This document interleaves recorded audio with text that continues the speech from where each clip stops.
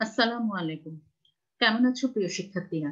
আশা করি ভালো আছো, সুস্থ আছো, নিজ নিজ বাসায় আছো, সকল প্রকার স্বাস্থ্যবিধি মেনে নিরাপদে আছো। আমি আলহামদুলিল্লাহ আল্লাহর রহমতে ভালো আছি। আজ আমি ব্যবস্থাপনা সম্মান প্রথম বর্ষ এবং হিসাব বিজ্ঞান সম্মান প্রথম বর্ষ ছাত্রছাত্রীদের জন্য বিপণন নীতিমালা নিয়ে অনলাইন ক্লাস শুরু করছি।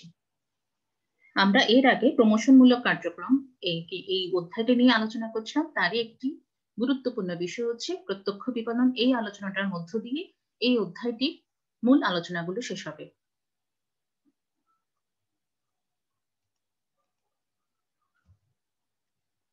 আমি সৈয়দা ফারহানা জাহান, প্রভাষক, ব্যবস্থাপনা বিভাগ, Omar Gani আমিএস college, Chittagong.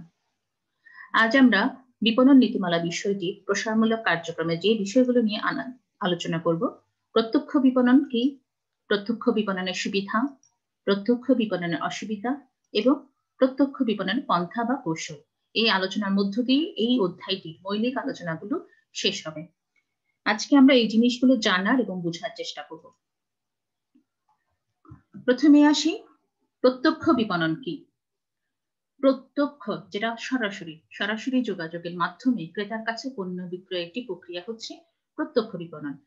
Direct marketing is communicating with members of the public who have shown intent to buy from you through direct communication like email, post or telephone। অর্থাৎ যে পণ্যটি সরাসরি যোগাযোগের মাধ্যমে ক্রেতার কাছে পণ্য বিক্রয়ের চেষ্টা চালানো হয়, ক্রেতা সেই পণ্যটা ক্রয় করতে আগ্রহী প্রকাশ করে, সেটাকে বলা হচ্ছে প্রত্যক্ষ বাজারজাতকরণ।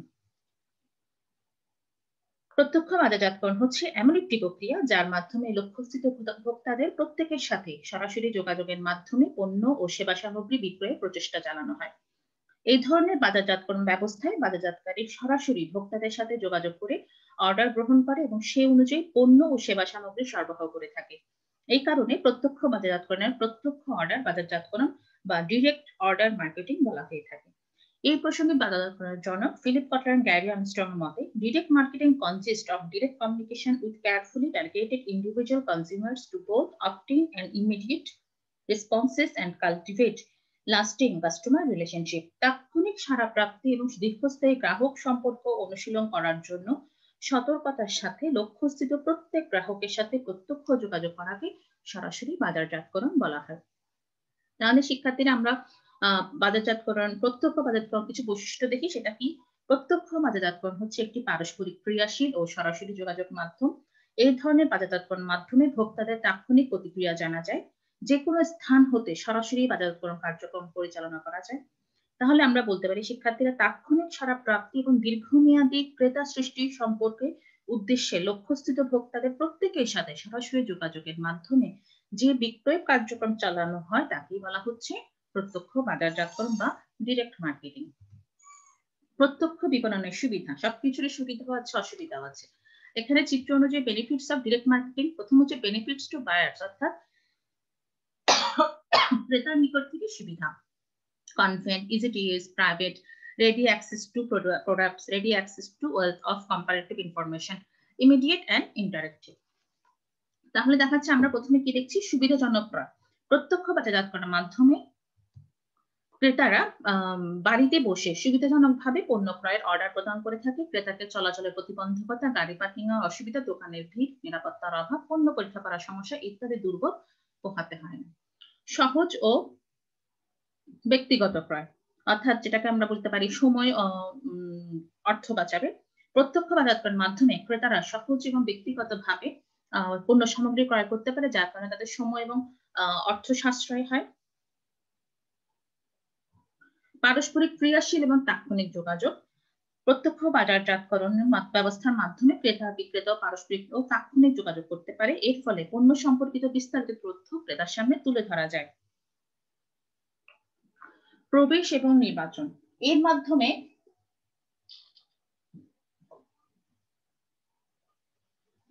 একসাথে অনেকগুলো পণ্য সম্পর্কে জানা যায়, যার কারণে নতুন নতুন পণ্য সম্পর্কে জানার আগ্রহ থেকে মানুষ অনেকগুলো পণ্য থেকে নিজের পছন্দকৃত পণ্যটা বেছে নিতে পারে এবং সেই পণ্যটা ক্রয়ের প্রতি আগ্রহ তৈরি করতে পারে।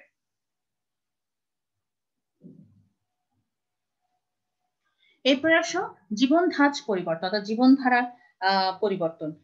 এই বিপণন ব্যবস্থায় ক্রেতার জীবনযাত্রা পরিবর্তন আনতে সহায়তা করে। ক্রেতা ঘরে বসে পছন্দ মাফিক পণ্য ভোগ করতে পারে, যা জীবনযাত্রার উন্নয়ন ঘটায়। অভিযোগ জানানো, যে কোনো লেনদেনের সঙ্গে সংক্রান্ত যে কোনো প্রকার অভিযোগ সরাসরি তাদেরকে জানানো যায়। আর সবচেয়ে হচ্ছে কম ঝুঁকি। এই ধরনের পণ্যে অন্যতম সুবিধা হলো কম ঝুঁকি। ক্রেতা ও বিক্রেতার মাঝে সরাসরি যোগাযোগ হওয়ার কারণে প্রতারিত হওয়ার ঝুঁকি হ্রাস পায়। ক্রেতার সঙ্গে ব্যক্তিক সম্পর্ক সৃষ্টি হয় বলে অনাদায়ী পাওনা আদায় করা সম্ভব হয়। এ কারণে কুঋণের ঝুঁকি, অর্থাৎ যেটা পাওয়ার আশঙ্কা থাকে না, এই ধরনের ঝুঁকি কমে যায়। এ হচ্ছে প্রত্যক্ষ বিপণনের সুবিধাসমূহ। এরপর আসো benefits of direct marketing. Sellers, powerful tools for builders customer relationship, offers a low cost speedy way to reach markets including business marketers, offers lower cost, improved efficiencies and speedier handling of channel and logistic function, offers greater flexibility, gives access to buyers that could not be reached through other channels. অর্থাৎ এর মাধ্যমে আমরা কি দেখতে পাই, বিক্রেতার নিকট থেকে কি ধরনের সুবিধাগুলো পাওয়া যায়। ক্রেতাদের সাথে সম্পর্ক সৃষ্টি। ক্রেতাদের সাথে উত্তম সম্পর্ক সৃষ্টি করতে প্রত্যক্ষ বাজারজাতকরণ একটি শক্তিশালী হাতিয়ার। প্রত্যক্ষ বাজারজাতকরণের সম্ভাব্য লাভজনক ক্রেতাদের সম্পর্কে বিস্তারিত তথ্য তৈরি করে অথবা উপাত্ত ভান্ডার ক্রয় করে এই উপাত্ত ভান্ডার ব্যবহারের মাধ্যমে তারা ক্রেতাদের সাথে শক্তিশালী সম্পর্ক তৈরি করে। প্রযুক্তিগত সুবিধা কমানো।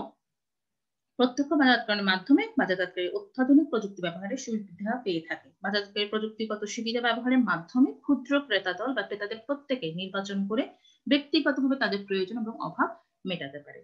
সঠিক সময়ে যোগাযোগ বা সঠিক মুহূর্তে যোগাযোগ। প্রত্যক্ষ বাজারজাতকরণের মাধ্যমে সঠিক মুহূর্তে সম্ভাব্য ক্রেতাদের সাথে যোগাযোগ করা যায়। নমনীয়তা, যেটা সবচেয়ে বেশি ইম্পর্টেন্ট। অনলাইন বাজারজাতকরণের মাধ্যমে বাজারজাতকারীরা সহজে তাদের অফার ও বাজারজাতকরণ কর্মসূচির প্রয়োজনীয় পরিবর্তন করতে পারে, যা অন্য কোনো যোগাযোগ মাধ্যমে সম্ভব নয়।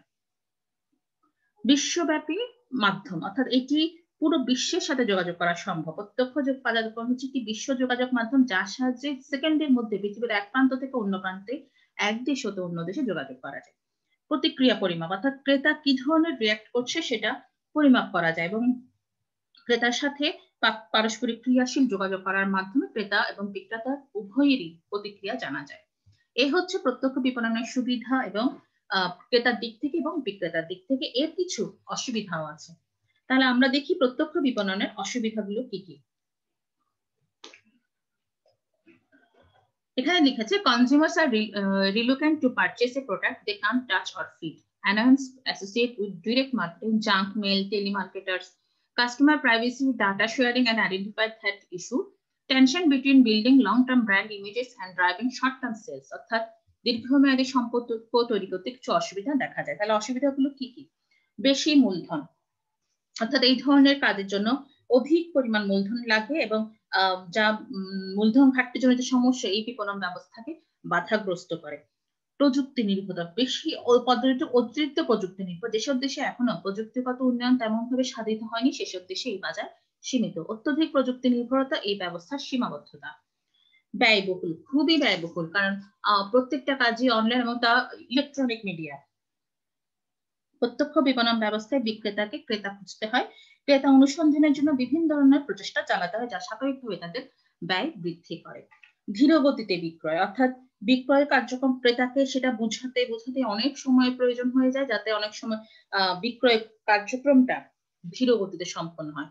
ভাষাগত সমস্যা, যেহেতু সারা বিশ্ব জুড়ে এর মার্কেট ছড়িয়ে রয়েছে, ক্রেতাও সারা বিশ্বে, বিক্রেতাও সারা বিশ্বে, ভাষাগত একটা সমস্যা খুব বেশি প্রকট হয়ে দেখা দেয়। বিক্রেতার ব্যবহৃত ভাষা ক্রেতা নাও বুঝতে পারে, আবার ক্রেতার ভাষা বিক্রেতা নাও বুঝতে পারে।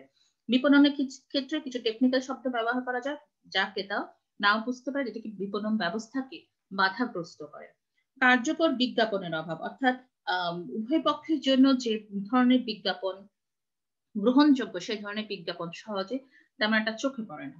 গ্রাহক সংখ্যা সীমিত, খুব কম সংখ্যক মানুষই কিন্তু এখন পর্যন্ত অনলাইন মার্কেটিং বা ডিরেক্ট মার্কেটিং ব্যবস্থাটার উপর নির্ভর হয়েছে, যা নির্ধারিত লক্ষ্য অর্জন করাতে বাধা সৃষ্টি করে। এই হচ্ছে মোটামুটি প্রত্যক্ষ বিপণনের কিছু অসুবিধা। সর্বশেষ দেখো, প্রত্যক্ষ বিপণনে কিছু পন্থা বা কৌশল আছে। এখানে direct mail, direct selling, telemarketing, email marketing, broadcast faxing, couponing, direct advertising এর কথা বলা হয়েছে। তাহলে আমরা দেখি প্রত্যক্ষ বিপণনের কি কি পন্থা বা কৌশল রয়েছে। প্রথমে আছে মুখোমুখি বিক্রয় বা ফেস টু ফেস সেলিং। প্রত্যক্ষ বাজারজাতকরণ আদি ও প্রাচীনতম পন্থা হচ্ছে মুখোমুখি বিক্রয়। ভোক্তাদের নিকট সরাসরি উপস্থিত হয়ে প্রদর্শন ও ব্যাখ্যার মাধ্যমে পণ্য ও সেবা সামগ্রী বিক্রয়ের প্রচেষ্টাকে মুখোমুখি বিক্রয় বলে। এই পদ্ধতিকে সরাসরি বিক্রয় বা দাঁড়ে দাঁড়ে বিক্রয় নামেও অভিহিত করা হয়। এই পন্থায় বিক্রয়কর্মী ক্রেতার বাড়ি বাড়ি বা কর্মস্থল ঘুরে ঘুরে পণ্য বিক্রয় করে থাকে। আমাদের দেশে তৈরি তরকারি, মাছ, দুধ, সংবাদপত্র, শিশুদের খেলনা ইত্যাদি বিক্রয়ের ক্ষেত্রে এই পন্থা ব্যবহৃত হয়। টেলিমার্কেটিং। টেলিফোনের মাধ্যমে ক্রেতাদের সাথে সরাসরি যোগাযোগ করে পণ্য বিক্রয়ের প্রচেষ্টাকে টেলিমার্কেটিং বলে। এই পন্থাকে টেলিফোনে বিক্রয় বা নীরব প্রচারণা বলে আখ্যায়িত করা হয়। টেলিমার্কেটিং আমরা দেখি দুভাবে, একটি হচ্ছে অন্তর্মুখী টেলিমার্কেটিং আর একটি হচ্ছে বহির্মুখী টেলিমার্কেটিং। ক্রেতা উদ্যোগী হয়ে পণ্য বা সেবা ক্রয়ের জন্য ইলেকট্রনিক মাধ্যমে যোগাযোগ করলে তাকে অন্তর্মুখী টেলিমার্কেটিং বলে। আর বাজারজাতকারী উদ্যোগী হয়ে পণ্য বা সেবা বিক্রয়ের জন্য ক্রেতার সাথে যোগাযোগ করলে তাকে বহির্মুখী টেলিমার্কেটিং বলা হয়। এরপর আসো ক্যাটালগ মার্কেটিং। কোনো প্রতিষ্ঠান কর্তৃক সরবরাহকৃত মুদ্রিত ভিডিও অথবা ইলেকট্রনিক ক্যাটালগ দেখে ক্রেতারা পণ্য নির্বাচন করে ডাকে বা টেলিফোনের মাধ্যমে পণ্য ক্রয়ের অর্ডার প্রদান করলে তাকে ক্যাটালগ মার্কেটিং বলে। সাধারণত আমরা ফার্নিচারের দোকানগুলো আমাদেরকে ক্যাটালগ দিয়ে থাকি, কিংবা ফুড আইটেমস গুলোতে আমাদেরকে ক্যাটালগ দিয়ে থাকে। এরপর আসো সরাসরি ডাক মার্কেটিং বা প্রত্যক্ষ সরাসরি ডাক মার্কেটিং, যেটা হচ্ছে কোনো ব্যক্তির নিকট নির্দিষ্ট ঠিকানায় ডাকযোগে পত্র, বিজ্ঞাপন বা নমুনা পণ্য প্রদানের মাধ্যমে পণ্য বিক্রয়ের প্রচেষ্টাকে সরাসরি ডাক মার্কেটিং বলা হয়। প্রতি বছর ক্রেতাদের নিকট ডাকযোগে লক্ষ লক্ষ চিঠি, কার্ড, ফোল্ডার এবং অন্যান্য উপকরণ পাঠানো হয়, যেগুলো উড়ন্ত বিক্রয়কর্মীর কাজ হিসেবে করে। যদিও বর্তমানে ডাক মার্কেটিং অনেকটুকুই কমে এসেছে, মানুষ তারপর কিছু কিছু ক্ষেত্রে এখনো এটার প্রচলন দেখা যায়। সরাসরি ডাক মার্কেটিং এর মধ্যে কিছু আছে, যেমন ফ্যাক্স, ইমেল, ভয়েস, যা এখন সরাসরি আগে পোস্ট অফিসে পিয়ন যে কাজটা করতো, এখন সেই কাজগুলো ফ্যাক্স, মেল, ইমেল, ভয়েস মেলের মাধ্যমে করা হয়। ফ্যাক্স মেশিন সাহায্যে টেলিফোন লাইনের মাধ্যমে কাগজ নির্ভর বার্তা ক্রেতা ও বিক্রেতার মধ্যে আদান প্রদানের প্রক্রিয়াকে ফ্যাক্স মেল বলে। কম্পিউটারের সাহায্যে ইন্টারনেটের মাধ্যমে কোনো বার্তা ক্রেতা ও বিক্রেতার মধ্যে আদান প্রদানের প্রক্রিয়াকে ইমেল বলে। টেলিফোনের ঠিকানায় মৌখিক বার্তা গ্রহণ এবং সংরক্ষণের পদ্ধতিকে ভয়েস মেল বলে। এই হচ্ছে আমাদের সরাসরি ডাক মার্কেটিং। এরপরে আসো প্রত্যক্ষ সাড়া টেলিভিশন মার্কেটিং বা সরাসরি সাড়া। টেলিভিশনের মাধ্যমে সরাসরি পণ্য প্রদর্শন ও পণ্য সংক্রান্ত তথ্য তুলে ধরে পণ্য বিক্রয়ের প্রচেষ্টাকে প্রত্যক্ষ সাড়া টেলিভিশন মার্কেটিং বলে। ক্রেতাদেরকে পণ্য ক্রয়ে উৎসাহিত করার জন্য বিভিন্ন ধরনের টেলিভিশন বাজারজাতকরণ কর্মসূচি গ্রহণ করা হয়। টেলিভিশন মার্কেটিংটা খুব বেশি ইফেক্টিভ আমরা দেখি। এর মধ্যে দেখা যায় দুটো, একটা প্রত্যক্ষ সাড়া বিজ্ঞাপন, অর্থাৎ আরেকটা হচ্ছে গৃহভিত্তিক শপিং চ্যানেল। এই কাজগুলোর মাধ্যমে টেলিভিশনে মার্কেটিংটা খুব বেশি অ্যাক্টিভ দেখা যায়। কিওস্ক মার্কেটিং, মেশিনের সাহায্যে পণ্য সংক্রান্ত তথ্য তুলে ধরে পণ্য ক্রয়ের অর্ডার গ্রহণের প্রক্রিয়াকে কিওস্ক মার্কেটিং বলে।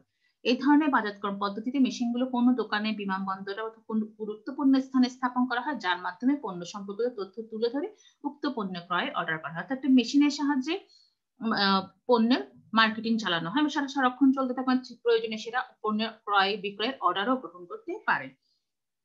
অনলাইন মার্কেটিং, পারস্পরিক ক্রিয়াশীল অনলাইন কম্পিউটার পদ্ধতির মাধ্যমে ইলেকট্রনিক উপায়ে ক্রেতা ও বিক্রেতার মধ্যে যোগাযোগ প্রক্রিয়াকে অনলাইন মার্কেটিং বলে।